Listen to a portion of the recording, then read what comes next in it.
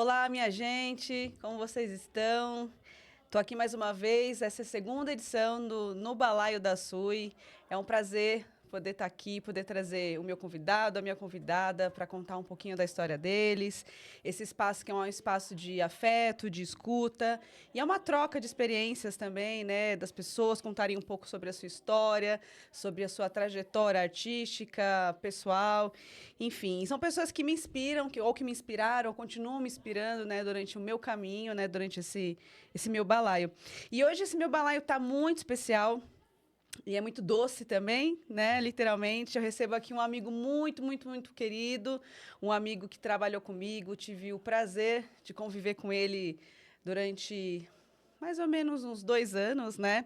Ele que é ator, diretor, poeta, compositor, arte educador e ele é um doceiro de mão cheia. Com vocês, Tom Dupin. Prazer estar aqui com você, assim, muito feliz mesmo, assim, Ah. grato pelo convite e vai ser ótimo.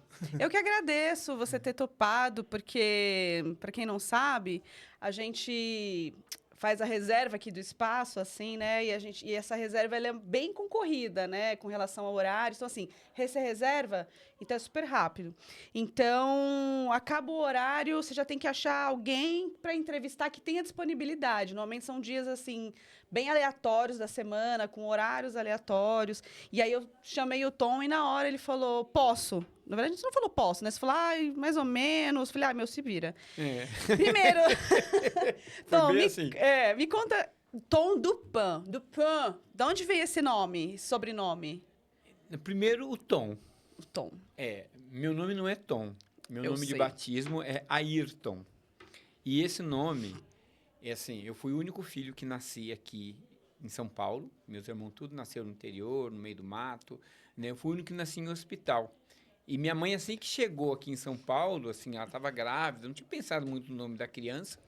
E aí nasci lá em Diadema, no Hospital São Lucas. Olha. Quando o médico, né, fez o parto, falou, ó, é um menino, como ele chama? Ela não tinha pensado no meu nome. Nossa, Aí ela falou, sério? como é o seu nome? Aí o médico falou, Ayrton. Ela falou, coloque esse nome. Era muito comum, né? É. Antigamente, assim, as famílias terem essa coisa do tipo, não tem o nome da criança, e aí, ou põe o nome do médico, do obstetra, Não, ou o tanto nome é de que jogador, né? eu sou o único filho que tem um nome único, o resto tudo nome composto. Olha. Porque era ou o nome de um santo, de uma santa, e aí misturava, ou o nome de algum patrão que ela queria homenagear lá e colocava lá composto, sabe? Olha só. E aí tem isso. Então, esse é o meu nome vem daí. Agora, o de Pan, né, que é francês, mas assim, eu não tenho. Assim, só é o nome que é francês, no sentido de que a minha avó chegou aqui, fugiu da Primeira Guerra, né, com 5 anos de idade, o nome dela era Josefine de Pan de Jesus. E aí, quando ela casou, Josefine de Pan Duarte, né, Garcia, que é o sobrenome do meu avô, né, que é espanhol, com quem ela casou. E eu fui o único que herdei o sobrenome dela, né?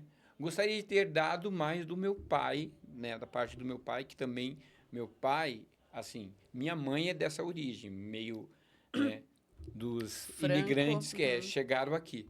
Agora, o meu pai, ele o pai dele era negro e a mãe dele era indígena, né? Mas a mãe dele morreu quando ele tinha 2 anos de idade.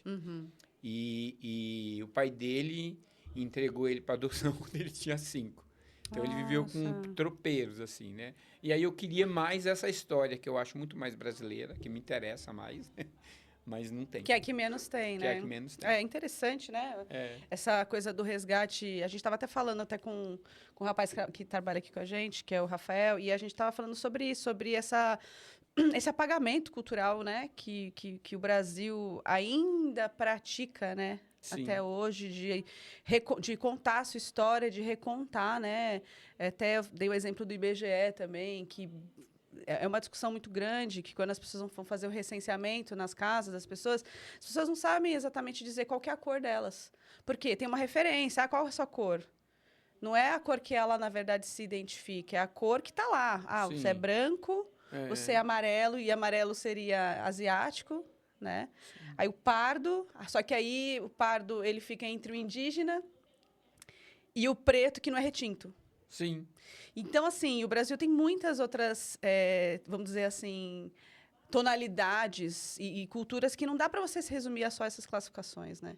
Sim. Então, eu imagino assim, né? A gente, como brasileiro, a gente tem muita diversidade e é difícil a gente se colocar numa caixa enquanto o nosso país continuar fazendo essa distinção e esse apagamento da nossa verdadeira história, assim, né? Essa né, designação parda, eu acho ela até ofensiva, na verdade. Eu sempre achei...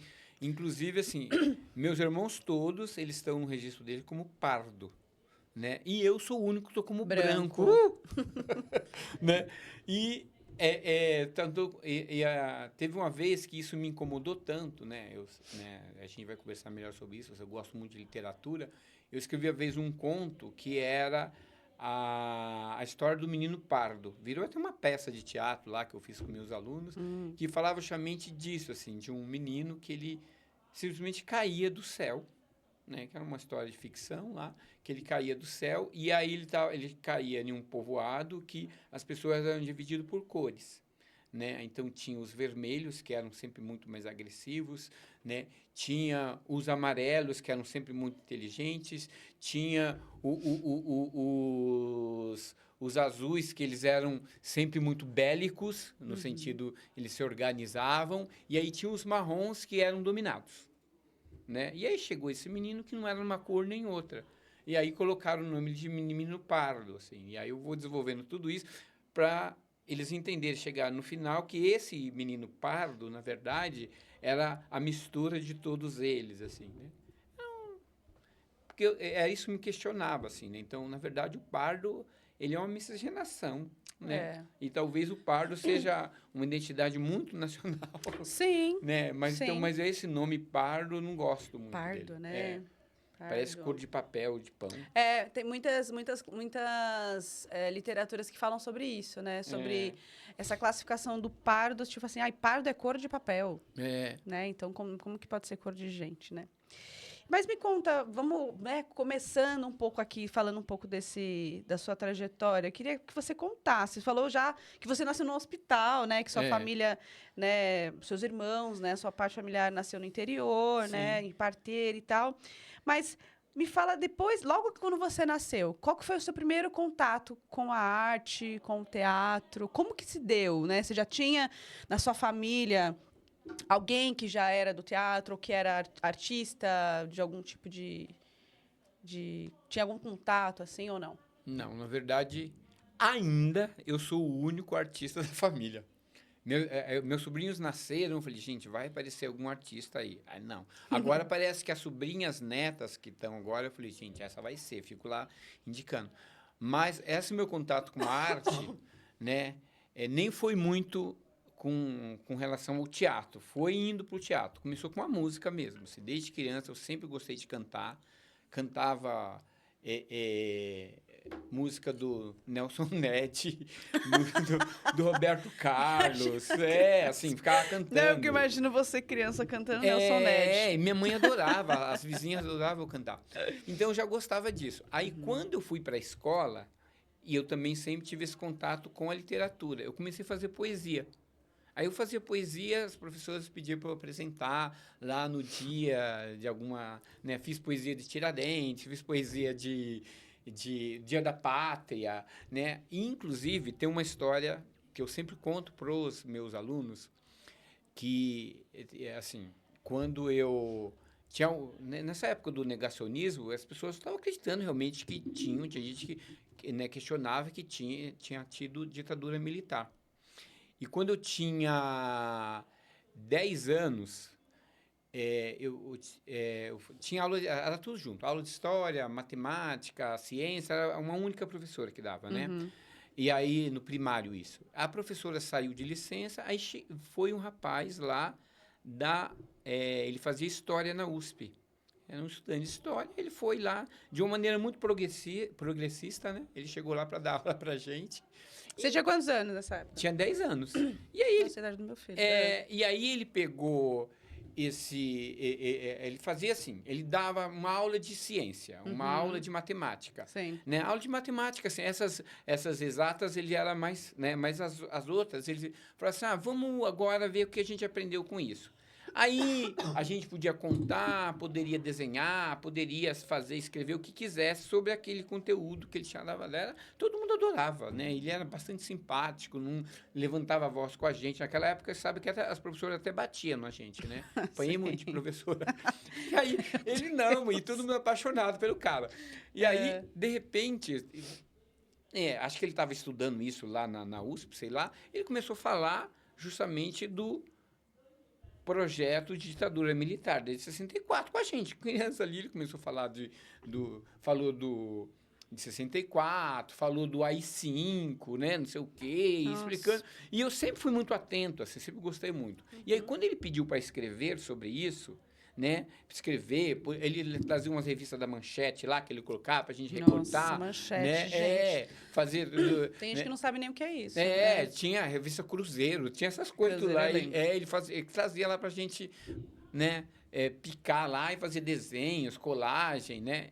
E ele falava, pode escrever uma poesia. Eu já gostava de poesia, né? E aí eu fiz uma poesia, porque eu era muito bom mesmo, assim, eu escrevia muito bem. Mas de onde veio esse gosto pela poesia? Então, não sei, assim... Você só foi desenvolvendo na escola, mas não assim. tinha ninguém na tua família que te incentivava? Inclusive, assim, minha família não é uma família de leitura, assim. Eu não conheço um irmão meu que lê um livro inteiro. E teus pais também? Minha mãe, meu pai, analfabeto total. Meu pai não sabia escrever o nome. Minha mãe estudou até a 3ª série primária, entendeu? Caramba. Então, é uma coisa minha mesmo. Assim, Com certeza. Sempre gostei. E aí eu fiz uma poesia que ela falava, assim, uma parte dela, né? Era, cai o presidente, sobe o AI-5. Me sinto impotente, na porta passaram o trinco.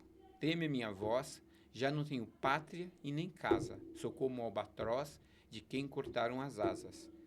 O rato cruza a rua e some nos túneis subterrâneos. O pássaro encobre a lua e some num protesto leviano. Sinto-me confuso para onde ir. Eu tinha 10 anos e fiz essa poesia. Ele ficou assim. Ele, né? Eu tô também... Não, ele ficou assim, aí ele pegou a poesia, assim, maravilhado, foi lá... Parece que deu uma psicografada, eu acho. Não, aí ele apresentou essa poesia para coordenadora lá de alunos. Ela foi e levou direto para a diretora. Aí a diretora me chamou lá, a dona Claudina, né? Uma mulher que usava aquele óculos fundo de garrafa, assim, e ela era bem magrinha. Ela gritava comigo, você não escreveu isso, foi ele que escreveu, tá falando, né? Falando que ele tinha me enrolado. Aí eu falei, fui eu, mas... E aí tinha esse negócio, ela batia na mesa, ela bateu na minha mão, não sei o quê, até eu chorar. Aí quando eu chorei, e falei, não fui eu. E aí ela me tirou da sala, e esse cara saiu da escola algemado, entrou naquelas baratinhas, que era o tipo de polícia que tinha na época. E a gente nunca mais soube dele, assim, né? Mas ele era um cara, assim, de família abastada, um cara branco, né? Eu espero que não tenha acontecido nada com ele, mas isso ficou na minha cabeça. E essa época eu já escrevia, entendeu? E aí, nesse mesmo ano, também, eu ganhei um concurso de poesia na escola. Quer dizer, foi de nacional, né? Eu ganhei um concurso de poesia e aí eu fui desclassificado. Porque justamente eu tinha essa coisa da literatura, que eu não sei de onde vinha, que era muito desenvolvida. E aí falaram assim, um garoto de 10 anos não tem a capacidade de fazer um poema desse. Né? Ou seja, você era subestimado, né? Que era um poema erótico. Ela assim... Tô falando, você provavelmente deve ter encarnado ali uma alma de uma pessoa muito antiga. É verdade, tu tá rindo, mas é verdade. Sim. Você encarnou alguém ali, é verdade. De repente veio as memórias. Talvez, porque por exemplo, essa minha relação que eu falo com a música, ela não é assim, não estudei música, nada, né? Você sabe disso, assim, eu não sei compor, eu não entendo nada de música, de instrumento, mas aí vem letra e melodia e não vem assim... Vem como parece que baixou e eu, né? E eu faço a coisa, entendeu? Aliás, tá me devendo, né? Não, isso daí não tô devendo, depois eu te conto essa história. Põe aí no nosso, que eu vou te contar essa história. Vou anotar aqui, ó. Tá Anota aí que eu vou te contar essa devendo história. uma música. E aí, assim, vou continuando a história. Então, essa é a minha primeira relação Seu foi primeiro com a contato, música. desculpa, foi com a poesia, com a poesia e com a e a música. partir da música. E aí o teatro, na verdade, ele apareceu porque esse negócio de apresentar, né? A sua poesia, né? Os aí textos. ela subia no palco, fazia. Aí começou, vem esse negócio, Dia das Mães, Dia da Pátria. Ah, faz alguma coisa. Aí eu comecei a representar. Eu nunca esqueço, no Dia das Mães, eu tinha 12 anos, aí eu escrevi um texto, era um monólogo de um rapaz, um garoto que vivia no meio da rua, assim, não tinha pai nem mãe, nada, assim, um menino abandonado, né? E aí ele andando e aí ele achava uma flor, né? Ele achava uma flor e começava a falar, imaginar como seria a mãe dele, porque ele não tinha mãe. E aí quando ele começava a imaginar, eu era muito religioso naquela época, assim, religioso mesmo. Eu fiz primeira comunhão, fiz carisma que eles chamavam, aí fiz catecismo, né? Fiz tudo. Primeira comunhão. Aí fui parte do grupo de jovens, então eu era muito religioso. E aí eu fiz, aí assim, nesse momento aparecia a Virgem Maria para mim, né? E falava, meu filho, eu estou aqui, eu sempre estive do seu lado. Aí eu abraçava ela. E aí não tinha essa Virgem Maria para fazer comigo, que eu fazia tudo muito sozinho. Monólogo. Aí eu chorando lá para minha mãe, eu preciso de alguém para fazer. Aí minha mãe obrigou a minha irmã, que era da educação física, a fazer comigo. Aí assim, foi a coisa mais hilária possível, porque assim, a minha irmã pegou... Coitada. A minha irmã, minha mãe, vai lá, faz com ele. Aí ela pegou um lençol... Então sua mãe já se incentivava super Não, você. sempre. Meu primeiro curso de teatro, eu chego lá, minha mãe que pagou sempre que meu irmão soubesse. Mãe é fofa. Minha mãe é fofa. Aí assim, minha irmã colocou um lençol assim, mas ela saiu da educação física, ela tinha, e foi direto pra minha apresentação. Ela tava com aquele shortinho, e os shorts de educação física eram aqueles bem curtinho, vermelho, e ela com aquele shortinho, a camiseta branca e com aquele manto de Nossa Senhora Aparecida, ou de Virgem Maria. Virgem Maria. Assim. Virgem Maria, assim. Aí, no momento, assim, eu terminava e eu chorava, todo emocionado, assim. Dava a rosa pra ela, meu filho, não sei o quê. Um menino pisou pisou no lençol, aí saiu, tá lá aquela menina com aquele shortinho curto, entrado no rego. Tadinha, meu. Não, o pior de tudo, ela tinha... Eu tinha 12 anos, ela já tinha 14, então ela já era mocinha, né? Sim. Aí, é claro, que o menino falou, a bicha Maria é gostosa. Foi um fiasco, ela saiu chorando. Coitada. Ou seja, desde o começo ela já sabia que ia dar errado. Ela já sabia, ela já ia falar, roubada. Assim, tava todo mundo emocionado, assim, aí saiu na gargalhada, né? E aí depois dali, não parei mais, assim, comecei a fazer. Aí a própria professora, né, de história lá da época, ela falou, vai abrir um curso de teatro em Diadema, vai lá, se inscreve. Aí eu fui lá, eu me inscrevi, mas o curso era pago, né? Tinha 14 anos já, não tinha dinheiro para fazer. Aí falei com a minha mãe falou, a gente dá um jeito. E a gente era muito pobre, assim, pobre mesmo, assim, né? Era difícil, era uma situação difícil. E aí eu tinha alguns irmãos que já trabalhavam para ajudar em casa, eu era o único que não trabalhava, mas eu cuidava da casa. Aí minha mãe falou, eu pago esse curso para você. Quando minha irmã, a mais velha, soube que minha mãe estava pagando meu irmão, eles fizeram um escândalo. Onde já você viu? A gente não tem condições de coisa, você pagando o curso, né? E aí foi o meu primeiro curso de teatro, depois não parei mais. Ai, que bênção, né? E aí você depois... Quando você começou a perceber que o teatro era a sua profissão, né? Porque uma coisa é você gostar, que você tem ali aptidão, você gosta, é o seu... até então, quando a gente é criança... a gente vai fazendo porque a gente gosta. Sim. E a partir do momento... Quando foi o momento que você percebeu que aquilo era a sua profissão? Você começou a encarar como profissão mesmo, assim? Então, na verdade, esse é um lugar... Para mim, é um lugar muito delicado. Porque eu sempre me vi como artista. Assim, me vi assim... Não no sentido de, eu sou um artista. Eu me sinto artista desde quando eu era criança. Sim. Mas artista não no sentido... Porque a gente pensa sempre artista nesse lugar da profissão mercadológica. Sim. Eu sou esse artista anterior. O artista anterior que serve a arte, não o contrário. Essa arte me serve. Eu uso né, da minha expressão para servir uma coisa. Sempre foi assim. Eu quero apresentar uma coisa que vai além de mim, né? E eu sempre tive isso. E aí, quando eu resolvi fazer teatro, eu fiz vários cursos profissionalizantes, parava, e aí eu fiz 2 efetivamente, que foi a Fundação das Artes e Célia Helena. Fiz esses 2 cursos. Ainda assim mesmo eu não me sentia ator. Eu só fazia, né? E eu sempre achava que faltava alguma coisa. Aí, eu me lembro que em 93 eu participei de um festival de teatro. A gente foi em vários lugares, mas esse daí foi a primeira vez que eu fui premiar. Eu já tinha sido premiado como ator amador. Tinha um festival de São Paulo chamado FEPAMA, que era o Festival de Teatro Amador. Esse daí eu já tinha sido premiado, não sei o quê, mas esse daí era já um festival profissional lá em Porto Alegre. E eu fui premiado. E aí todas as pessoas me ovacionando, me cumprimentando lá. Aí eu falei assim, nossa, eu sou ator, né?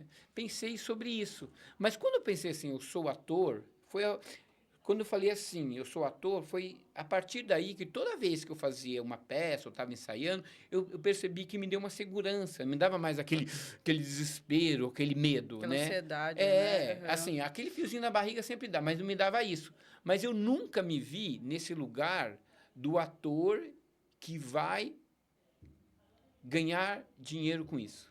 Você via muito mais além da profissão, você via como era uma vocação. Uma vocação sempre foi sua mesmo. vocação. Mas, era o contrário, né? E, inclusive, assim, mas eu não vejo isso assim como né, uma coisa boa. Eu vejo isso como uma exclusão mesmo.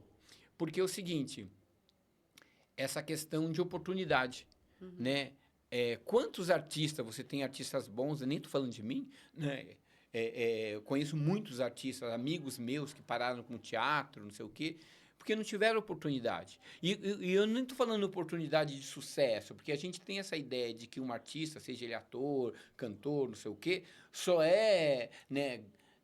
tem um grande enlevo na vida e que parece que vence na profissão, se está fazendo sucesso e todo mundo conhece, né? Mas agora, nesse negócio de redes sociais, quanto mais, né? Parece que é isso. Estou falando sobre isso, mas um cara que vive na dignidade da sua profissão, que ele é um ator e que ele é chamado para trabalhar, né? Você vê que a qualidade no trabalho dele e ele ganha para isso. Né? Eu nunca pensei nisso porque nunca me deram esse tipo de oportunidade. Né? Eu sempre fiz o meu trabalho no sentido de que, putz, é muito bom, vou fazer e eu quero fazer. E eu sempre levei uma profissão paralela. Tanto é que eu sou professor de teatro, né? Dou aula de teatro há muito tempo, e isso é uma das primeiras coisas que eu falo para meus alunos. Falei assim, para vocês não se frustrarem, eu acho que vocês têm que ir atrás dessa profissão e vocês merecem ganhar dinheiro com isso. Mas também entendam vocês como artista, como potência, que pode mudar a si mesmo, mudar o mundo, mas porque se vocês pensarem nisso só em termos de ganhar dinheiro, né, na primeira oportunidade vocês vão abandonar isso. Né? E a gente, como artista nesse país, a gente leva uma vida dupla, tripla. Né? Eu sempre trabalhei como ator, e aí eu trabalhei com muitos anos como técnico de laboratório de anatomia patológica, aí depois virei professor de cursinho, e aí depois que eu virei professor de teatro, e aí dentro desse professor de teatro, talvez é um lugar onde me contempla mais, porque sendo arte educador, né, eu uso como ferramenta para minha arte educação o meu fazer artístico. Né? E é isso que faz a tua própria experiência, né? Própria experiência. E Tom, me fala então um pouquinho dessa sua, além da vocação sua como artista, né? E hoje você é arte educador já há muito tempo, né? Na verdade, o que basicamente te move na questão da educação? Como educador, né? Sim. Porque a gente sabe, que nem você estava falando agora, que a gente sabe os grandes desafios que eu também sou educadora, que a gente enfrenta como educador, fazer com que os nossos alunos, os educandos, eles se envolvam dentro do processo, não de forma superficial, né? Mas que eles se envolvam num processo como um todo, principalmente na questão artística, se auto-identificando. Né? Como que é para você, o que você traz de motivador para você e o que você tenta trazer isso para os seus alunos, assim?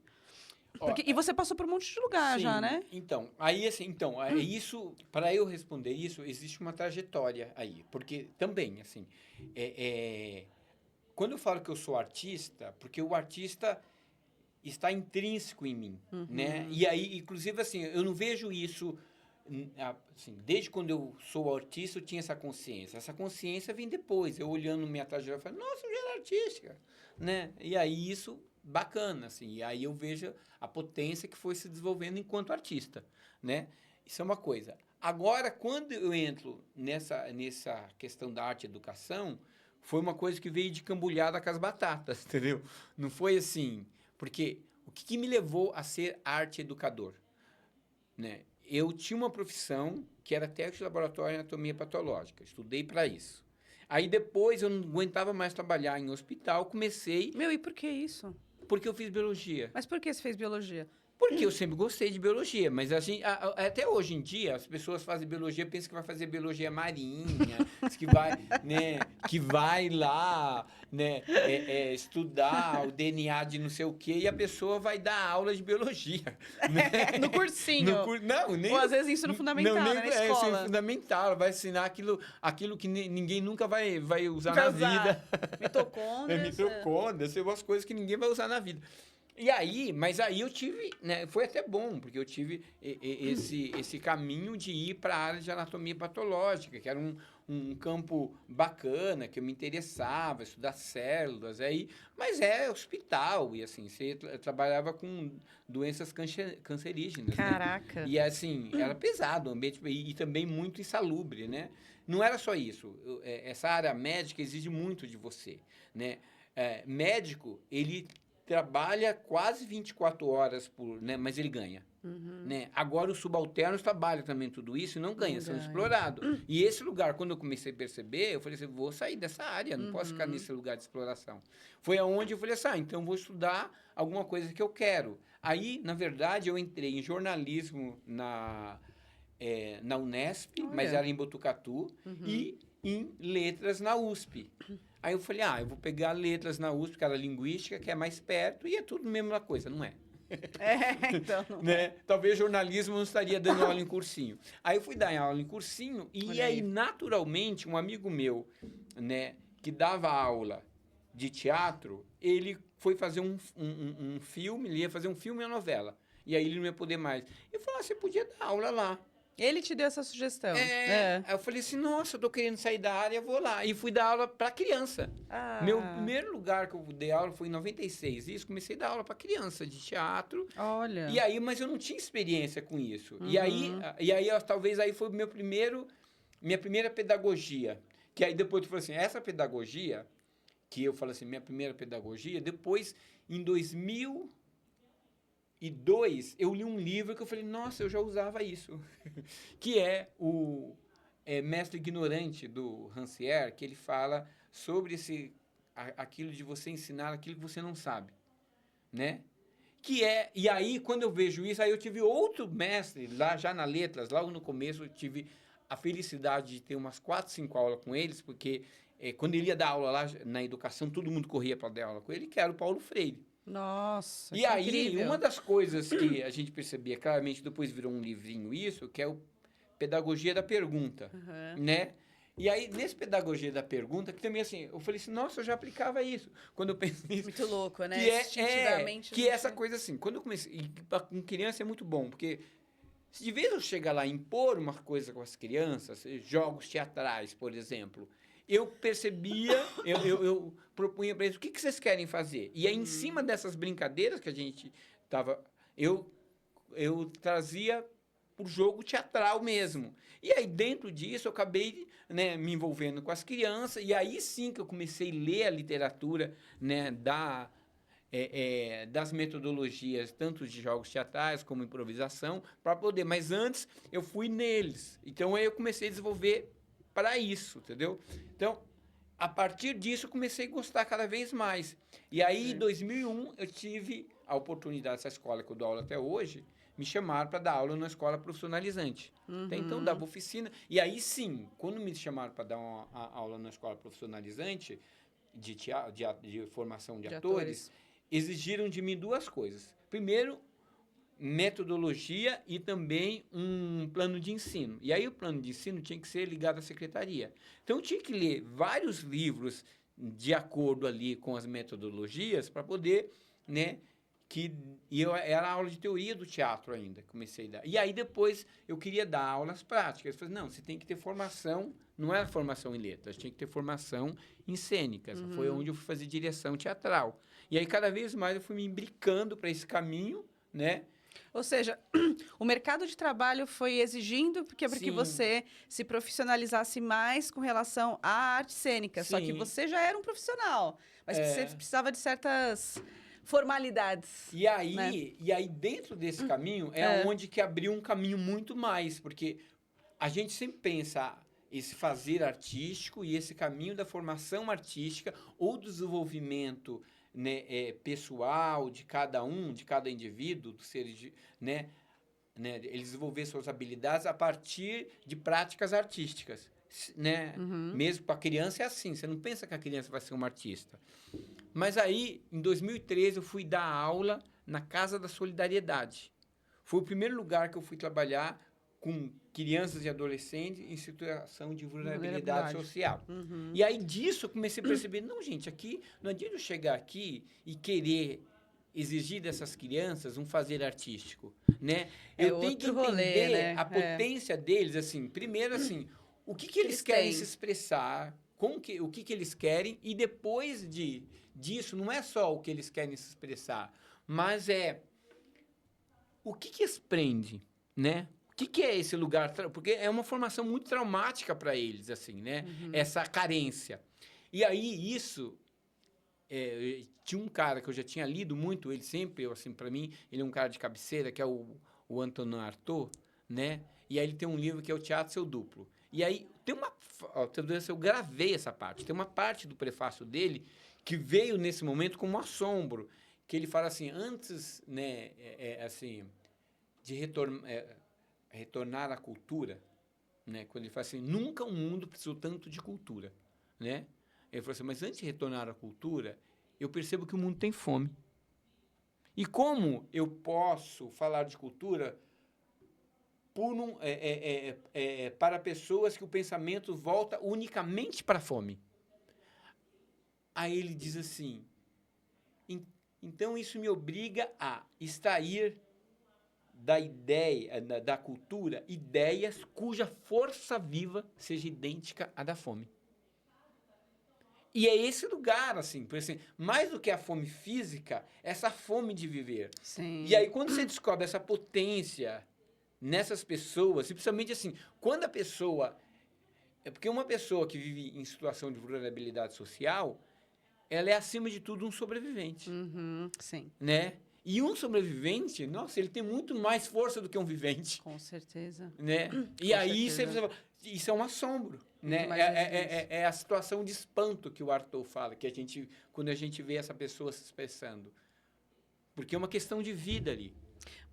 Isso que você está falando, você foi falando, né, Tom, e eu fui revivendo alguns momentos nossos, né, quando a gente trabalhou, eu e o Tom, a gente trabalhou no projeto social em Heliópolis, a gente deu aula para crianças, né, de 6 até 12 anos e adolescentes até 18 anos, né. E dentro desse projeto que a gente trabalhava, a gente, além das questões unicamente do próprio projeto, que eram as questões que nem a gente estava falando, que eram as questões da educação, né? No caso, eu era educadora de música e o Tom educador de teatro. A gente tinha muitas questões da própria vivência daqueles jovens. Então, a gente não conseguia simplesmente aplicar o nosso conteúdo de trabalho, né? Do tipo, vocês têm um plano de trabalho e aí tem o cronograma e os planos de aula. A gente simplesmente não conseguia entregar esses conteúdos sem levar em consideração o que estava acontecendo com aquelas crianças, com aqueles jovens. Então, muitas vezes, a gente, né, nós éramos, na época do 14+, nós éramos em 3 educadores, né, a gente fazia esse rodízio das aulas entre os alunos, né, passava pela oficina do Tom, pela minha e da Sol, que era a educadora de dança. Mas, muitas vezes, a gente reunia esses jovens, nós 3 nos reuníamos para que nós três desenvolvêssemos atividades em conjunto e, ao mesmo tempo, tratar questões pontuais que estavam acontecendo ali com aquela turma. Então, assim, era impossível a gente tornar irrelevante o que estava acontecendo na realidade deles. Então, é isso. Tinha jovem ou criança que estava sem comer, que não tinha o que comer, que tinha apanhado, então chegavam chorando e às vezes não queriam falar, mas acabavam falando porque lá para eles era um ambiente acolhedor. Sim. Né? Então, muitas vezes eles também se sentiam muito acolhidos por nós, assim, né? A gente sempre teve essa escuta, né? Então, ao mesmo tempo que você fala dessa preocupação que a gente precisa ter maior, é importante a cultura, mas como que a gente traz também esse tema para quem sofre de outras questões tão importantes e tão dolorosas, né? Você falou da fome, mas é isso, é a fome, é a violência, é a convivência, é a família. São estruturas que estão muito vulneráveis, né? Que nem você falou, são jovens em situações de vulnerabilidade.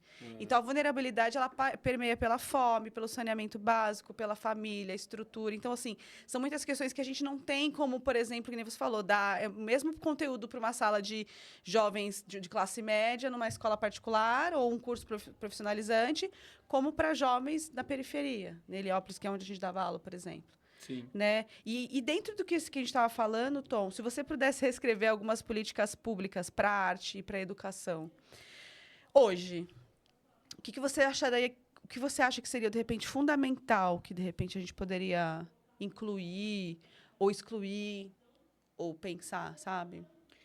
Então, eu acho o seguinte, que a gente estava caminhando para um lugar, assim, a partir dos anos 2000, a gente começou a caminhar para um lugar de políticas públicas mais inclusivas, né? E depois, agora, a gente começou a ter, primeiro, na era Bolsonaro, a gente teve esse cisão, e agora a gente está tendo esse, né, esse retrocesso, né? Porque, primeiro, quando a gente fala de políticas públicas, parece que a gente fala sempre sobre... A gente fala sempre sobre essa questão do investimento, né, na comunidade em si. Mas, e políticas públicas, estou falando em termos de cultura e educação. Isso. Né? Eu acho que tem uma base ali, que somos nós. Né? E aí, assim, você pode até... Estou falando assim, você pode até falar, a gente está fazendo uma política inclusiva, né, no sentido de pessoas em vulnerabilidade social, em termos de minorias, né, mas você não está investindo, né, nessas pessoas, somente os artistas, esperam que o artista tenha uma formação, uma vivência, e que ele fez isso por conta própria, porque, assim, ele que foi atrás dos corre dele, né? E, assim, e que ele tenha, e que ele solucione o problema, assim. A gente é o herói, e tem aquela esfinge lá na frente, assim, decifra-me ou devoro-te. E se você não como é que fala, não consegue decifrar aquela esfinge, você é descartado ou você é diminuído na sua potência. Então, eu acho que, antes de mais nada, assim, uma das políticas públicas, estou falando assim, que tem que ter outras, mas eu estou falando, já porque puxando a sardinha para o nosso lado... Claro, você tem que falar, Eu falei assim, tem que ter investimento maciço, né, em formação de educadores, né? E em todos os sentidos, inclusive, desde... educadores localizados, porque, por exemplo, quando a gente vai para a periferia, tem pessoas que conhecem a comunidade, tem pessoas certeza. Então, assim, como você potencializar aquelas pessoas? Não simplesmente a partir do seu conhecimento da comunidade, né? Você vai lá e faz, assim. E aí tem uma outra coisa, assim, qual é a metodologia que essa pessoa usa, qual a formação dela e como que ela pode aumentar, né, o conhecimento dela para poder auxiliar ali as pessoas. Uma outra bagagem, né? Então, e a gente não tem isso, porque, na verdade... E aí, por exemplo, eu fico pensando sobre mim, assim. Eu posso falar que, hoje em dia, eu tenho uma bagagem de teatro, de arte, porque também, assim, eu participei... Eu passei por muitas ONGs, que algumas tinham formação contundente, interessante, ou por conta própria, eu fiz muitos cursos de formação, que isso vai me dando num certo arcabouço, um suporte. Mas, assim, eu, na minha idade, né? E dentro dessas políticas públicas, eu sofro etarismo. Então, Sim, assim, dentro isso é desse foda. etarismo, eu estou muito mais excluído, e eu Isso é sei foda. disso. E aí eu não estou falando assim, eu quero ser incluso, mas esses jovens que estão aí, né, dando a cara a tapa, mas qual a formação que estão dando para eles? Sim. Né? Eles só têm essa coragem, essa vontade e essa consciência de classe.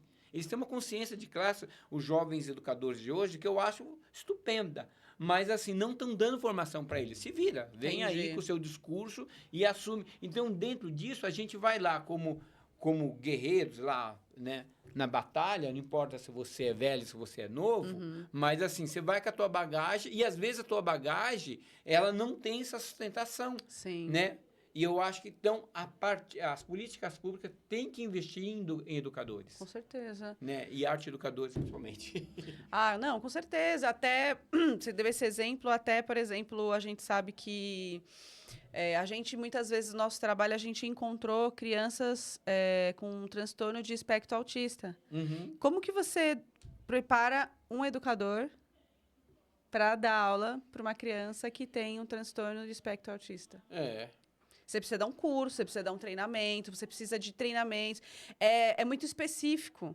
E você simplesmente não pode excluir aquela criança ou só ter por exemplo, um acompanhante terapêutico. Uhum. Na minha visão. E a gente sabe que dentro da comunidade, muitas crianças não têm esse diagnóstico.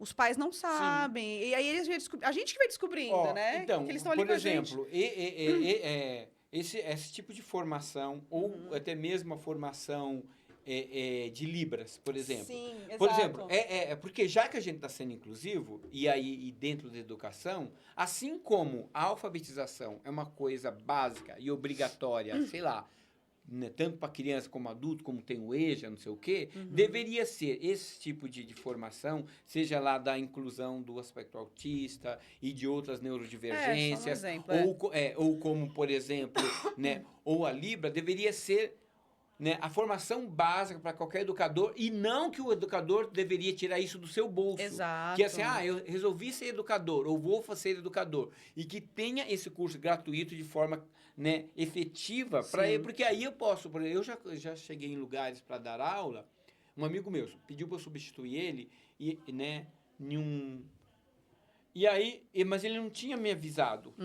Era uma turma só de surdos. Desculpa. E eu dando aula de teatro. Aí eu cheguei. Gesto. E aí eu cheguei lá, aí eu cheguei para coordenar, falando, não, ele avisou Nossa. que você não sabe Libras, então vai ter uma tradutora ali comigo. Intérprete. O problema é que a minha aula é muito espontânea. Então, assim, como é que ela ia traduzir minhas piadas?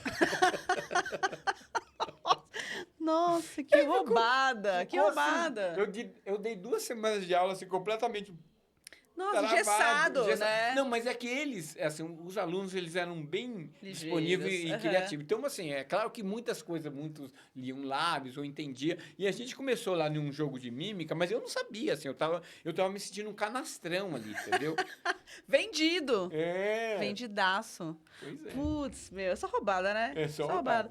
Ô, Tom, eu acho, assim, né, eu acho que esse período que a gente tem no podcast, eu acho muito curto para falar de tanta história que eu sei, que você conta.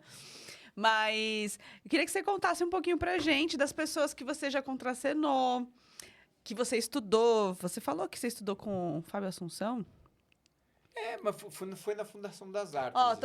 Você trouxe umas fotinhos aí. Ah, não, isso aí é de... Oi, essa foto aí é um curso que eu dei, né, de formação, e esses alunos formaram comigo.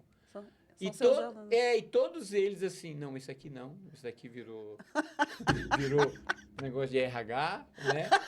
Mas o resto é ator, assim, isso aqui fazia novela na Globo, gosta na Record. Olha! Mas eles todos são atores? São atores. Esse daqui também. Isso aí foi quando? Você lembra? 2009, eu acho. Nossa, gente. Era uma peça do Caio Fernando Abreu, chamava Zona Contaminada. E era um curso profissionalizante, isso aí? Profissionalizante. E esse aí? Olha aí, que jovem. Ó. Então, essa peça é uma peça que eu fui indicado. Eu fazia um cego. Olha. Olha, falando em, a gente estava falando agora de turma de fazia um surdos. cego. Então, e aí foi engraçado, porque foi o seguinte, quando eu estava fazendo essa peça, eu fui fazer laboratório, porque né, a gente fazia laboratório na época, né? Aí eu fui lá no Instituto do Peraí, é que eu falo, eu sou da música. Quando eu falo assim, fazer laboratório, a gente sabe que é uma vivência, mas tá. o que é exatamente Então, fazer laboratório? Tem um período? Como é que é esse processo? Então, existe Explica. vários tipos assim. Peraí, deixa eu explicar uma coisa histórica. Essa ideia de laboratório, assim, surgiu que assim, o que é? É o ator se fechar.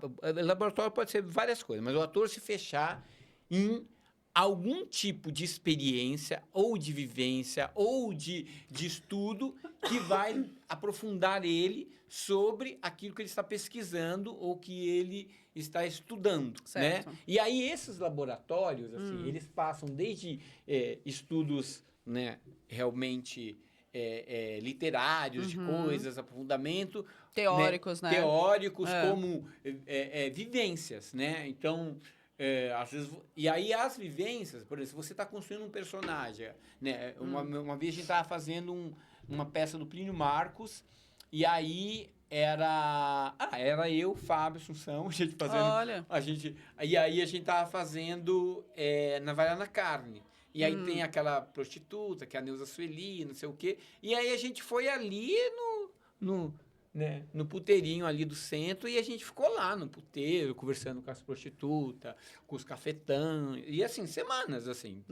Para entender, para ver como é, não só o universo, mas para ver se a gente pegava alguma coisa daqueles personagens. E aí nessa peça aí, eu falei assim, eu preciso fazer um cego. E aí eu fiquei um mês indo lá no Instituto do Livro para o cego. Um mês? Todos os dias? Não, todos os dias não, ia 3 vezes por semana. Tá. Ia lá, e eu ficava ajudando lá, auxiliando, ia conversando com os cegos, né, com as pessoas, e aí tinha algumas pessoas que não eram completamente, tinha a questão de, elas só eram de baixa visão, né? Era interessante, né? Porque eles viam só vultos. Eu falei, como que é isso? E aí é interessante. Tinha umas histórias muito bacanas.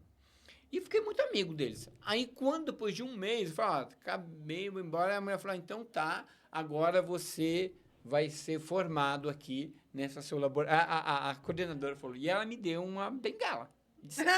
Aí eu saí lá feliz com essa bengala, né? E aí, e era ali perto, não sei se ainda ali perto do metrô Santa Cruz, né? É que agora virou Instituto Dorina no Rio, acho que é isso, né? Não, é isso. Acho que sim, Isso, na época não chamava isso. Foi sim, eu fui até lá. Acho que é isso mesmo. Lá, assim. E aí, aí quando eu saí de lá, e não tinha ainda o shopping, não sei o que, aquela época, né? Eu não sabia que, como ali tinha o Instituto do Livro para o Cego ali perto, assim, aonde que estava, assim, se um cego esticava a bengala, os carros tudo paravam. E aí, bem na entrada do metrô, assim, eu peguei, com aquela pressa, abri a bengala. Quando eu coloquei no chão, os carros tudo pararam. Eu falei, agora tem que fingir que é cego. Nossa! Aí eu, assim, fui andando. Aí, quando eu cheguei, já na porta do metrô, já tinha a escada rolante. Aí um cara, aqueles de preto, né, já chegou, por favor, senhor, se me segura. Aí eu falei, eu tenho que fingir que eu sou cego. Aí eu desci com o cara, até chegar na catraca lá, aí ele pegou e falou assim, o senhor tá com o bilhete aí? Aí eu, procurando na bolsa, não, tudo bem. Ele passou lá pra mim. Aí eu entrei e ele pegou, me levou até... Aí quando chegou lá embaixo, assim, dentro do... O metrô já tava parando, né? Aí quando parou assim, aí ele me colocou pra dentro, aí eu entrei assim com a bengala, o olho até lacrimejando, que eu não mexi o olho. Nem piscava. E aí você percebe, por exemplo, como é constrangedor. As pessoas parecem que estão vendo um ET. As pessoas ficam olhando para uma pessoa de baixa visão, uma pessoa que tem algum tipo de deficiência, né? Que as pessoas ficam olhando como se fosse estranho. E aí eu parado ali, e assim que fechou a porta, uma mulher levantou, senta aqui, senta. E eu sentei, e todo mundo me olhando. Eu percebia, vocês estão me olhando, né? Tô vendo vocês. E aí, aí quando chegou na Vila Mariana, que era sentido Sé, né? eu levantei rapidamente, assim, e sai, todo mundo pensando, nossa, ele tava com pressa, né? Quando o metrô fechou, já... Eu falei, gente, só falta alguém me pegar aqui e me carregar de novo. Aí eu fechei a bengala. Nossa. E foi maravilhoso fazer esse personagem, assim. E ela ficou em cartaz? Ficamos em cartaz no teatro, chama Marcante, o Teatro Marcante, ali na Rua Rui Barbosa. E esse aí? Ai, que bonito. Então, isso é uma peça que eu fiz lá na Faculdade de Direito da USP. Na verdade, eu entrei lá para auxiliar como assistente o rapaz que dava o curso lá, e aí ele montou essa peça. E aí, mas só que, como o pessoal era atores do curso lá da faculdade, né? E aí muitos não tinham vontade de continuar, e o grupo continuou, eles ganharam um prêmio, não sei o quê, e aí me chamaram para fazer. E você era o quê? Que personagem você era? Então, essa peça era muito legal, chamava A Velha Língua Tece a Teia. É uma peça baseada num livro de poemas do Ferreira Goulart, que chama Morte na Flora, que falava sobre a ditadura militar. E aí, esse texto do Leão Romero, se eu não me engano, ele falava sobre um grupo de... Assim, na verdade, era um morto que não existia, né? E 5 pessoas questionando um interrogado sobre esse morto. Então, é como se fosse hoje em dia, assim, sabe? As pessoas começam a criar histórias sobre... Mas existe um morto ali que está camuflado, que é sobre isso. Mas, aí o final da peça... Você sabe que depois de anos, eu fiz a peça, me chamaram, né? Fiz. E aí, depois de anos, resolvi montar na escola a peça. Que legal. Aí, quando eu fui montar, que eu estudei o texto com mais afinco, e era muito mais profundo. Porque, na verdade, o texto não falava... O morto falava de violência contra a mulher. Caraca, nossa, bagulho bem... Porque o final da peça, do texto, falava assim... Seu delegado, matei uma mulher puta e bela. Uma mulher puta e bela. Esperei de noite para matá-la como de fato a matei. Com minhas 200 agulhas de aço, teci, entreteci as malhas da carne, a íris dos olhos. Por fim, seu corpo era um misto de carne e aço. Peguei-a no colo e levei-a para o nosso lírico jardim. Nosso caminho foi lindo e longo, como nos filmes americanos. Pus-lhe o relógio no braço, esperamos o dia clarear. Quer dizer, aí que você fala, gente, ele matou uma mulher. Aí você fala assim, onde que eu tava antes que eu não vi essa parte? Que eu não vi essa parte, né? Mas você vê, né, que às vezes a gente precisa revisitar, porque tem detalhes que a gente não tá ali. Nossa, que louco. E aí, beleza. Aí vocês essa peça Essa é aquela lá. É aquela lá. Que você então, era aí cego. Eu era o cego e esse cara que escreveu o texto, ele era um cara com deficiência. Porque, assim, na verdade... inclusive, tinha uma história muito interessante sobre isso aí, porque a menina que fazia a mãe dele, que era a Alvina, uma atriz maravilhosa. E a gente estava em cartaz, né, no teatro, e aí teve um dia, ela sempre chegava cedo, que era a única mulher do espetáculo, ela fazia a mãe que ficava grávida, o tempo todo eles em cena, assim, ele embaixo de um baú e ela lá dentro, como se ele estivesse na barriga dela, e ela rejeitando ele, né, porque ela não queria tê-lo, por isso que ele nasce com essa deficiência. Aí, e ela arrasava no personagem. E aí teve um dia, eu até uso esse exemplo com meus alunos, foi o único dia que ela chegou atrasada. E a gente já ia cancelar o espetáculo, e naquela época não tinha celular para se comunicar. Sim. Né? E aí ela chegou, falou assim... Aí o diretor perguntou, já dá para fazer a peça? Ela, não, foi lá. Ela fez com dignidade, com intensidade. E depois a gente tinha acabado de descobrir que ela tinha deixado a mãe dela, que tinha sofrido, não sei se era um AVC, um infarto, no hospital. Nossa. Então, assim...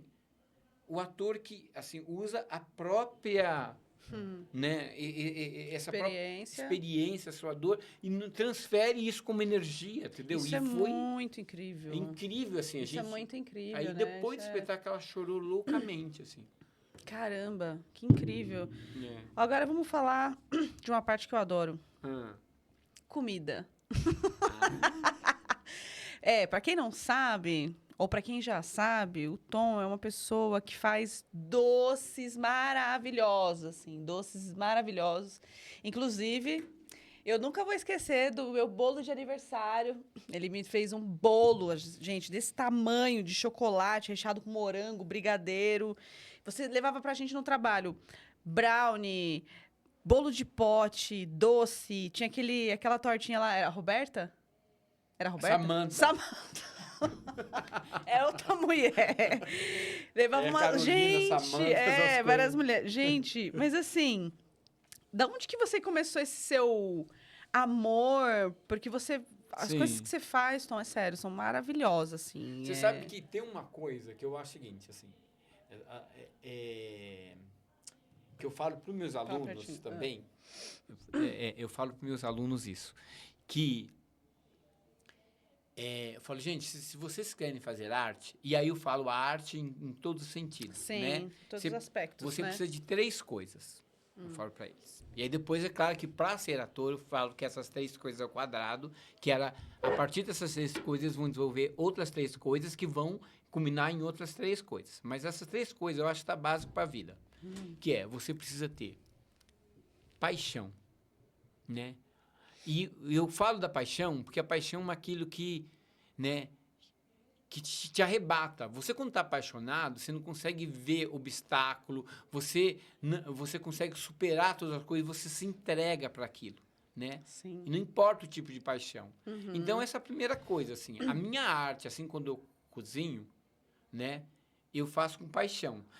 Tanto é que eu não faço bolo. As pessoas falam, faz um bolo sob encomenda. Eu falo, gente, eu não faço. Só faço bolo para amigo. Porque eu faço isso me sentindo, para aquela pessoa, né? Eu acho muito importante isso. E aí, a outra coisa que eu falo que é a dignidade. O que é ser digno de alguma coisa? Primeiro é fazer por merecer aquilo, ter merecimento daquilo. E aí, a outra parte da dignidade é a plenitude. É você fazer aquilo plenamente. E aí isso é de ser digno. E aí também, tanto a minha arte quanto na hora que eu fazendo, assim, eu esqueço de tudo, né? E vou e faço com minha vontade. Isso desde que eu comecei a cozinhar quando eu era adolescente, porque eu não trabalhava, e aí eu ficava em casa. Eu imaginei, você até falou, né? Que você e aí ficava eu em ficava a casa. cozinhar, mas eu não sei muito essa coisa de fazer doce, comecei a fazer quando eu já estava na Fundação das Artes. Aí o pessoal ia lá em casa, falava, faz aí. Eu comecei a fazer e comecei a pegar gosto. E aí a última coisa que também tem a ver com isso, eu falo que é a generosidade. Muito, né? O que é ser, né, generoso, né? É justamente você se doar sobre o aspecto do outro. A doação da generosidade, ela não está ligada com assim, olha como eu estou fazendo bem, olha, me expondo. É assim, é o que o outro precisa. É reconhecer no outro a necessidade, que é a sua necessidade, né? Então, quando eu faço, por exemplo, quando eu faço um bolo, eu faço aquele bolo pensando naquela pessoa, assim, entendeu? E eu falo, gente, já falei, não vou colocar isso, porque eu tenho certeza que a pessoa não gosta disso. Ou não é a cara dela, entendeu? E aí esse é o princípio. E também é o princípio da arte, né? O ator, por exemplo. Ele faz um trabalho, ele se entrega, você vê, faz laboratório e não sei o quê. E aí chega lá, ele doa isso pro seu público, assim, numa franqueza, numa generosidade, que aquilo é recebido, assim, né? E eu acho que é o mesmo princípio. Ai, que maravilhoso. Eu concordo com tudo e acho que continue fazendo bolos, porque... E assim, é sempre muito gostoso, né? É sempre muito... A gente sente todo esse cuidado, toda essa paixão, toda essa dedicação, essa generosidade, assim. Sim. Por isso que eu vivia te enchendo o saco. Ai, Tom, traz doce pra nós, porque às vezes o dia tava difícil, né? Aí só um docinho pra segurar a gente ali. Agora... Além de você também fazer muitos doces, assim, né? Você sempre teve essa aptidão de fazer doces muito bem, né? Você, para mim, além de você, claro, ser um ator incrível, um professor incrível, um amigo leal, né? E eu acho que, para mim, uma das características que mais define você, além da lealdade, que você é essa pessoa, né? Capricorniano, Se você ama, se você gosta da pessoa, você, é leal, vamos, tamo junto. Mas se você não gosta, você também faz questão de mostrar que você não gosta. Uhum. E aí... não, e olha que interessante. A minha convidada da primeira edição foi a Denise de Paula. Ela também é capricorniana e ela também é muito bocuda. Eu falo, gente, eu tô cheia de capricornianos na minha vida, porque acho que é isso. A gente precisava, às vezes, de pessoas que falem a verdade, né? Eu acho que amigo também é isso, é pra essa hora. Não é só pra você... Ai, que você tá lá toda baranga, a pessoa fala, nossa, que linda que você tá, e todo mundo falando mal de você. E fala, não, amiga, tá feio isso aí, cara, não tá legal. Ou tipo, amiga, para de ser louca que você tá viajando. Mas você é um cara extremamente bocudo, assim. Desde que eu te conheço, você... A gente tá falando assim, ai, Tom, dá uma segurada. Você, eu tô nem aí e tal. E eu lembro de uma história que você conta. Não sei se você vai lembrar dessa história. Uma que você era pequeno. Você lembra dessa história? Que você estava, quando você era pequena, acho que estava com uma tia. E aí, não sei o que eu te fui falar pra você, que você estava mentindo. E aí você... Nossa, melhor você contando essa história. Qual história? Qual delas? Peraí. Conta uma dessa de criança, porque você é bocudo, não é de agora. Sim. Você sempre foi bocudo desde criança, assim. Mas você era bocudo porque quem que era bocudo na sua família? Ninguém. Só você. Só eu. E por que você era bocudo? Então, na verdade, assim, eu desde criança, assim, eu sempre fui... Espontâneo, né? Não é só eu espontâneo, eu sempre fui argumentativo. Eu sou o filho mais novo, né? E aí, meus irmãos, assim, um filho mais novo sempre apanha. Uhum. Mas eu apanhava mais por causa da minha boca dura. Uhum. Meus irmãos falavam uma coisa, eu tinha sempre um argumento. Retrucava. Retrucava, assim. Meu pai, ele corria atrás de mim para me bater, porque... Eu me lembro uma vez que eu falei... Gente, que vergonha. Meu pai veio me dar uma bronca, aí meu pai veio falar assim... Você é um inútil, porque eu não tinha arrumado a casa, eu tinha feito alguma parte, mas eu tinha feito minha parte, mas meu pai explicava comigo. Aí eu falei assim, e você que vai pro bar encher o cu de cachaça? Nossa. Meu pai saiu, acho que eu tinha uns 7, 8 anos, meu pai saiu correndo, ainda bem que eu corria muito, assim, né? E eu tinha uma tia minha... Acho que é essa a história Não, da acho tia. que não é essa, não. Não, ai, meu Deus, é outra. É outra. É outra tia. Que essa a tia Jandira. Ou tia Jandira, não, a tia Edith. A tia Edith, ela chegava em casa, ela falava assim, beija minha mão. A gente tinha que beijar a mão da véia, né? E se não beijava, ela dava cascudo. E minha mãe não falava nada. Aí eu falei, pera que um dia eu pego essa tia. Aí ela chegou, beija a minha mão. Ainda mais eu era mais novo, ela adorava que eu beijava a mão dela. Aí quando ela eu falei... e cuspi na mão da véia. Aí ela falou, que é isso? Eu falei, é que sua mão tá fedendo.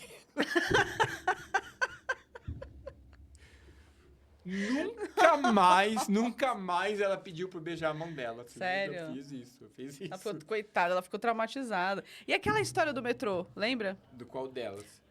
Lembro que tinha uma história do metrô que você falou que você tava, que tava cheio o metrô, lembra? Ah, você lembra não, dessa? peraí, tem uma melhor agora do metrô atual. Essa é uma atual. Ou seja, sempre tem assim, uma. Então, sempre tem uma, assim. Porque eu entrei no metrô, né? Aí, assim, tava muito apertado o metrô. Aí, assim, me apertei no metrô e aí, de repente, uma mulher chegou e me apertou aqui, né? Aí eu falei... Ela tava com o guarda-chuva aqui, ó, na minha costa. Uhum. O tempo todo o guarda-chuva na minha costa. E eu, assim, aí eu fui virando. Aí quando eu virei, né, eu fiquei de frente pra ela.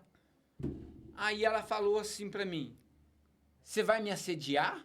Porque eu fiquei de frente pra ela. Mas aí ela com o guarda-chuva assim, eu falei, não, achei mais interessante o seu guarda-chuva. Aí ela, pastor... Nossa senhora. Ela não esperava por isso. Ela não esperava né? por isso, entendeu? Nossa senhora. Não, e é sempre assim, né? A pessoa não vai esperando que você vai ficar quieto. Aí você pega e lança lá um trunfo, né? Então, temos pouco tempo. Eu queria falar tantas coisas, tantas coisas. Eu também. Eu queria falar das músicas. Eu ia falar isso agora. Eu sei que a gente sabe que você tem um trabalho autoral muito bom. Eu já li muitas coisas suas que você trouxe, né? Na verdade, algumas poesias, principalmente. Mas a gente sabe que você tem umas peças, né? Sim. Que você escreve e tal. por exemplo, conta pra gente um pouco como que é esse processo criativo seu para compor, para escrever uma peça, por exemplo. Como que a sua alma ela se carrega? Sim. Como que é para você? Ó, na verdade, assim, é, textos meus que eu escrevi por espontaneidade são poucos. Estou escrevendo um agora, que foi sob encomenda, mas agora ele está virando completamente autoral, que é em cima da vida da Clarice Lispector. Na verdade, estava pronto, pra você ver. E aí eu já estou reescrevendo, porque a menina está fazendo novela, então a gente pretende começar a ensaiar só depois. E aí eu olho aquilo, está cada vez mais virando meu. Né? Porque aí eu vou lendo aquilo, e aí eu vou entendendo, assim, dentro da minha experiência de vida e dentro da minha experiência social. E aí eu vou colocando isso dentro dos textos, né? E são isso. Mas a maioria das peças que eu tenho escrita é por causa de escola. Porque eu sou o único professor lá da escola, assim, né? Pelo menos um dos únicos. Geralmente eles pegam os textos já pronto e aí, assim, eu tenho 20 alunos, ou tenho 14 alunos, né? E aí eles encaixam três atores fazendo um personagem e assim por diante. Eu não, o que eu faço? Assim, eu tenho um método que eu acho que cada um tem que ter o seu personagem. E geralmente, a não ser que tenha a ver isso, assim, a pessoa tem que fazer o gênero que ela escolheu fazer, entendeu? Porque esse negócio, sobrou um personagem aqui, mas é um cara. Você vai fazer um cara? Não, dá para fazer esse personagem mulher, a não ser que você queira esse desafio. Ou tem a ver com a temática, né? Sim. Porque ainda mais nos dias de hoje, assim, quando a gente pensa nesse lugar que você ocupa, se você coloca uma pessoa fazendo um lugar de gênero aonde ela não dá conta ou onde não dialoga com a realidade de hoje, eu acho muito ruim. Então, eu prefiro eu mesmo escrever as peças para eles. Então, a maioria das peças que eu tenho, eu escrevo baseado na experiência dos meus alunos ou do que eles trazem. Sim. Né? Que acho que volta também muito naquela coisa de você conhecer a realidade, Sim. Contextualizar, e acho que isso vai trazendo mais sentido e relevância também, né? Ó, por exemplo, teve uma peça que você até acho que colocou aí, que era que eu já mudei o nome, chamava, que já foi evoluindo. Para quem não usa Ritalina. Eu ia te perguntar, então, né, esse essa título. peça, assim, quando eu escrevi ela, nem estava pensando na Ritalina em si. Foi justamente quando eu escrevi ela, foi justamente quando eu descobri que eu tinha TDAH, e aí o médico até falou assim, eu acho que você não precisa mais usar Ritalina, você já está com 32 anos. Ou seja, entrega para Deus. Entrega para Deus, né? E aí, nessa época, eu estava fazendo um trabalho com os alunos e eu pedi para eles trazerem histórias de pessoas aleatórias. Então, assim, eu estou dentro do metrô, eu vejo uma pessoa. E aí eu falo assim, qual que é a história dessa pessoa? E aí traz, né? E aí, assim, era uma história ficcional e eles traziam. E cada um trouxe, tinha uma história de uma menina que ela trabalhava no escritório, tinha a história de um advogado, tinha a história de uma médica, de uma empregada doméstica, não sei o quê. Eles traziam esses monólogos. E aí, uma coisa que eu percebi dentro dessas histórias, eu não sei se é por eles ou que é as projeções deles, eram histórias muito desconectadas de uma realidade e, né, infundada, e assim, completamente não conseguia criar focos. Foi por isso que veio o nome, né, para quem não usa Ritalina. Eu falei, essas pessoas, porque a gente fez uma brincadeira, essas pessoas não usam Ritalina e todas elas têm TDAH, assim, né? Porque, e aí, é claro que depois eu costurei essa peça, e aí quando eu costurei, que aí torna-se um drama, assim, com opressores, né, opressores oprimidos ali, eu percebi claramente que dentro do que a gente estava falando ali, que nós somos uma fraude. Né? Eu sempre soube. Então, assim, cada um daqueles personagens é uma fraude, porque eles têm um sonho, que muitas vezes o sonho nem é deles, ou que é deles, mas o que eles seguem construindo na vida não tem nada a ver com aquele sonho, o que eles projetam, né, na vida. Então, e aí o nome da peça ficou Defraudados. Puta, que legal, que legal. E é interessante isso que você está falando, Tom, me veio muito a questão que Jung traz, né, que é do processo de individuação. Sim. Né? Que é justamente você identificar a sua verdadeira identidade, sua verdadeira essência. Sim. Né? Que é um processo que ele leva uma vida para você descobrir quem você é mesmo. Sim. Porque, no fundo, nós somos um monte de coisas, um monte de influências, de sonhos, de filmes, de pessoas, de informações. E quem nós somos mesmo? Então, é preciso fazer esse trabalho para... e acho que é isso que casa muito com essa coisa da fraude. Então, quem nós somos uma fraude, porque nós somos esse monte de coisa. Mas quem somos nós mesmos, assim? Sim. A nossa essência. Sem esse monte de coisa. O que sobra? Né? Sim. É muito louco. E pra gente encerrar, que, né, já estamos acabando aqui já. Se você pudesse colocar no seu balaio agora, Tom, 3 coisas. Pode ser, tipo... pode ser coisas simbólicas ou pode ser materiais, reais. Pode ser um cheiro, uma lembrança, uma frase, um objeto, uma pessoa, um momento. 3 coisinhas. Assim, tem uma coisinha aí que é um monte de coisa, né? São meus amigos. Para mim, meus amigos são o maior presente, assim, o maior legado na vida, assim. Eu não falo isso assim, e parece assim, tem algum amigo que vai ficar até meio ciumado, porque assim, eu posso falar que eu tenho muitos amigos. Pessoas assim que eu gosto mesmo e espero que elas gostem. Seja recíproco. Seja recíproco, porque eu acho que é verdadeiro. Assim, e são pessoas que eu posso contar. Tanto é que eu me lembro quando eu fiz 40 anos, eu escrevi uma frase que eu coloquei lá, foi no Facebook isso, e essa frase no Sesc foi assim. Na minha trajetória de vida, eu percebi que tem 2 coisas que a gente não deve cultivar: rancores e futilidades. E eu descobri isso através das minhas maiores conquistas, que foram meus amigos e meus amores.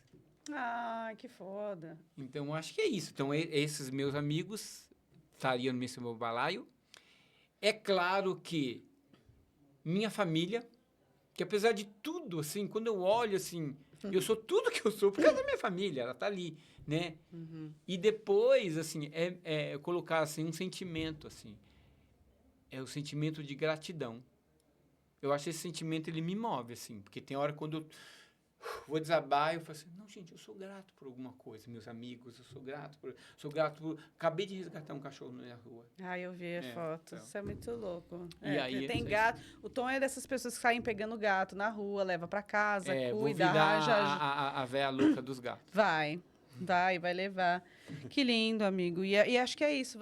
Foi o que eu falei pra você, né? Você é uma das pessoas mais leais que eu conheço, assim. E a gente fala de lealdade porque você é quem você é e quem é seu amigo sabe. Né? Então, acho que isso para mim é muito raro e eu acho isso tão importante hoje em dia, porque às vezes a gente se engana com as coisas, a gente fica vacilante, será que é, será que não é? E não, e com você é ou não é, e a gente sabe, porque você não faz questão nenhuma de esconder, tanto do que te agrada, de quem te agrada e do que não te agrada. Eu acho isso de uma personalidade muito bom, assim, né? Hoje em dia a gente tem medo de ser quem a gente é e você não. Você fala, eu sou essa bagaceira mesmo e... Sou bagaceira. Onde que a gente te acha? Redes sociais? Me passa pro pessoal que quiser te seguir, quiser conhecer um pouco do seu trabalho. Você gosta muito de memes também, pode mandar para quem pode mandar os memes. Então, assim, atualmente eu tô no Instagram, né? Qual que é o seu Instagram? Fala. Tom do Pin Nada Oficial. Tom do Pin, assim, igual tá escrito aqui, ó. Tom do Pin, tudo junto, Nada Oficial. Tudo nada junto. Oficial. Então, Esse é meu Instagram. Tá. Né, Facebook eu só uso para poder ver aniversário dos amigos. Né? Eu também. E assim, eu tinha TikTok, mas aquilo não me entrega. Deus me livre. Porque eles ficam exigindo que você faça... É chato demais, né? né? Não. E aí o Instagram, eles ficam também exigindo. Você tem um tanto número de seguidores. Eu tenho, assim, memes que eu escrevo, eu já tem mais de 200 mil visualizações. Eu falei assim, mas é só por zoeira, por isso que é nada oficial, né? Não, e o Tom adora memes. Então, se vocês tiverem memes, pode mandar pra ele. A gente passa o dia inteiro mandando meme um pro outro. Às vezes não dá tempo. Não dá tempo. Às vezes eu falo, eu só olho assim pra tirar a notificação, mas é o dia inteiro. Amigo, muito obrigada pela sua presença, pela sua amizade, pela sua parceria, pela sua força. Eu sou muito, muito, muito grata por ter conhecido você, por você permanecer na minha caminhada, porque a gente já não trabalha mais juntos, mas a gente sempre tá junto. Tem festa junina semana que vem, tá? Lá na Quermesse, lá perto de casa. Então, a gente foi ano passado. Foi. Jogamos bingo com meu filho, então te espero. E é isso, sucesso para você Sim, sempre. para você Tá também. bom? Boa Gente, sorte. assim, uma artista maravilhosa aqui, cantora maravilhosa. Espero que a carreira dela decole, porque essa mulher merece todo o sucesso do mundo. Merecemos, né? É. Gente, muito obrigada. Quero agradecer a todos aqui. Rafa, muito obrigada por estar aqui com a gente. Fiquem ligados aí, a gente sempre vai estar divulgando as próximas edições. Quem puder comparecer, se inscreva no meu canal, coloque sugestões de convidados ou convidadas que vocês queiram também. E é isso, gente. Beijo.